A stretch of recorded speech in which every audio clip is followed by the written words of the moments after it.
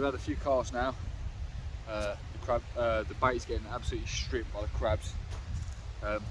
They're really bad down this area this time of year especially, so the ragworm baits are getting completely stripped. I'm using 4 or 5 worms at a time as well, so it's quick bait changes every 15 minutes or so, and I'll go through a lot of rag. I've got about £1.5 on me, which is about right for this kind of session. But it does get expensive, but that's what you've got to do to get the fish you want. You have to invest in the time and the bait, and yeah, just put a lot into it. So, long up and overs are the order of the day.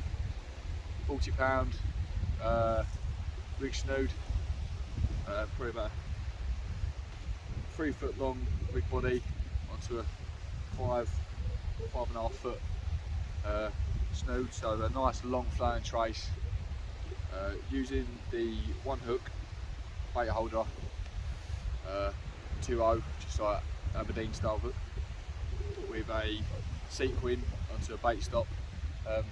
I've just seen a few people online, and some advice I've been given by numerous people is to just use the 1 hook. The amounts aren't huge. You might think I'd take a big huge 5.0, but I think, well, not I think, what I've been told and what I believe as well is a hook like that on the bottom for them to just suck up is absolutely perfect. So yeah, nice big ragworm bait. When you're using big ragworm baits, baiting needles are a must. They make it so much easier and it makes it much more presentable. So I'm going to use about 3 or 4 worms. Right. These worms are dead fresh, so they're really slimy and hard to hold. So a little tip, when you find it hard to hold them, just literally wrap them in a bit of sand.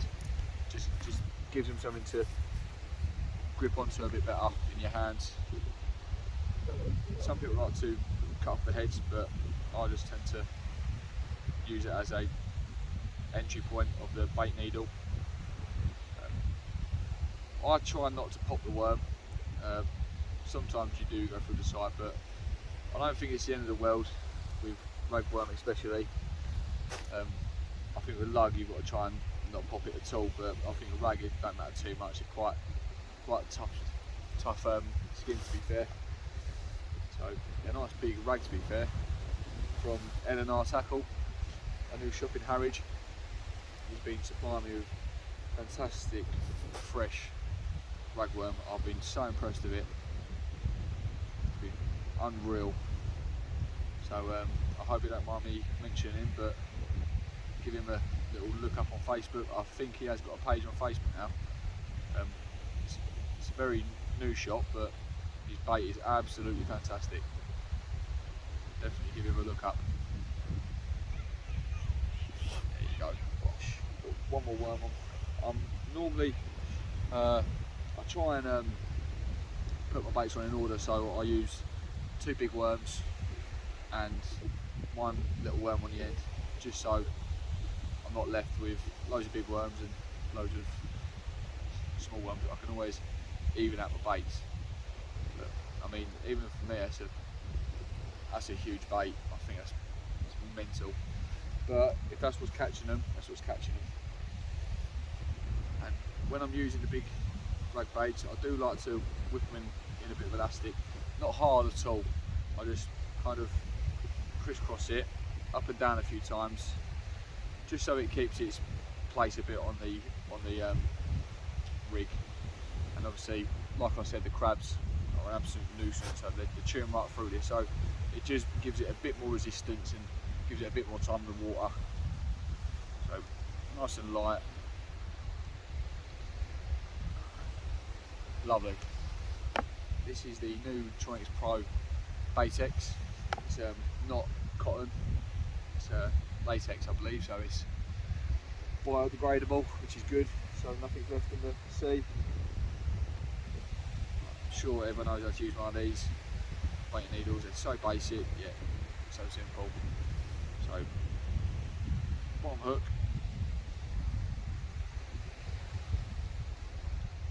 in the hold of the baiting needle, bring up the bait, put it tight.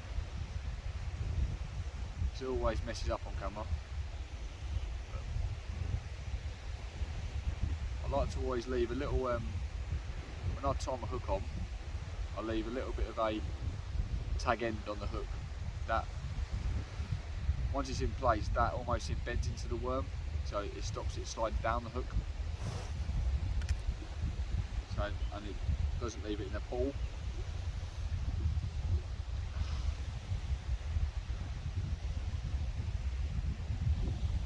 I don't go too big in my baits, as in lengthwise. I try and keep them nice, compact and juicy. There we are. That's the baits I'm using. Pull the bait stop down. Nice bit of hook point showing. Bosh. Right, I've left my towel at home, which is very annoying when I'm using worm baits. So I'm using my rod case, which I'm very reluctantly doing as I'm a bit of a tackle tart, but it's what it is, isn't it? So yeah, using 6-ounce leads. I could have gone a bit lighter, to be fair, but I did forget to pack 5 ounces. So yeah, the sun's just beginning to set, so fingers crossed we can get one of these big ones out. I absolutely love it down here. It's a lovely scenery, nice depth for your fishing, loads of life down here. You can definitely come and forage down here and have some fantastic finds, loads of razor clam shells and all sorts down here.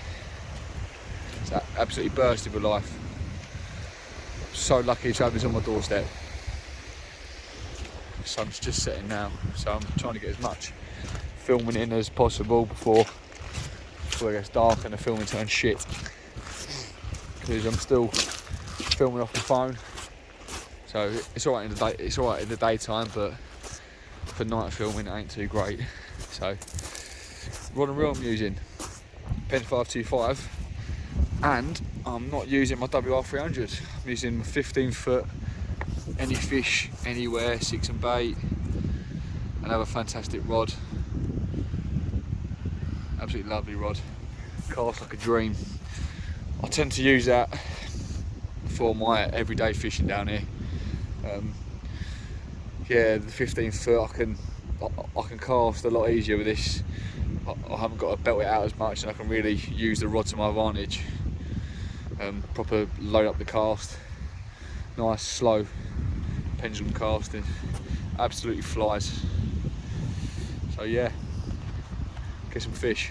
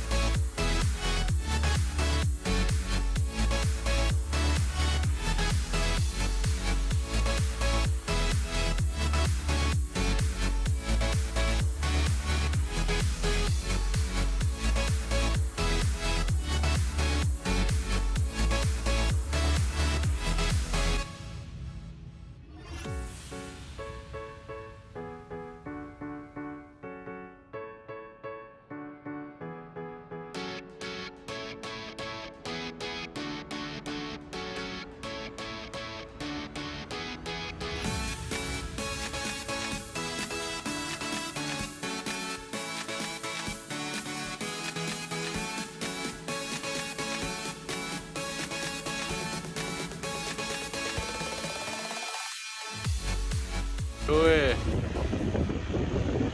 I'll have some of that, definitely. That looks the tits. Excuse my French. Oh, there's another one, look. Jesus Christ, we're getting a flyby.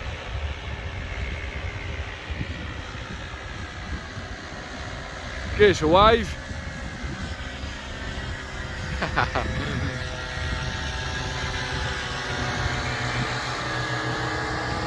Mate, that is the bollocks.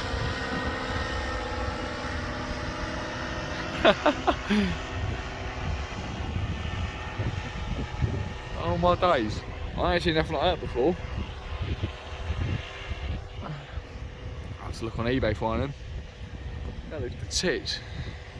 Well, anyway, yeah, fishing's pretty slow to be fair. It is what it is. The sun's setting now, that lose the light soon. We're at low water now, so come on, please Mr. Stinger, make an appearance for me. Tried long enough, put enough money into it and time. I need the fishing gods to grace me with a stinger. Come on.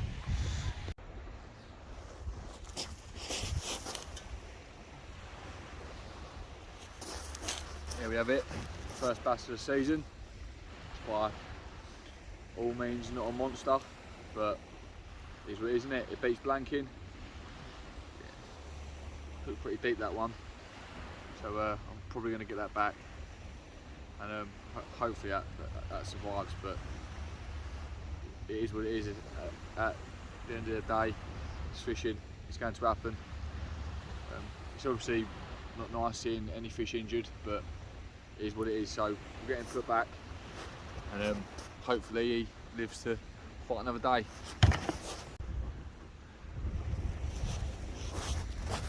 So that is me done for the night. It is what it is, isn't it? It's not another blank. It's the first little schooly bass of the season, so we'll take that as a positive, looking towards the future.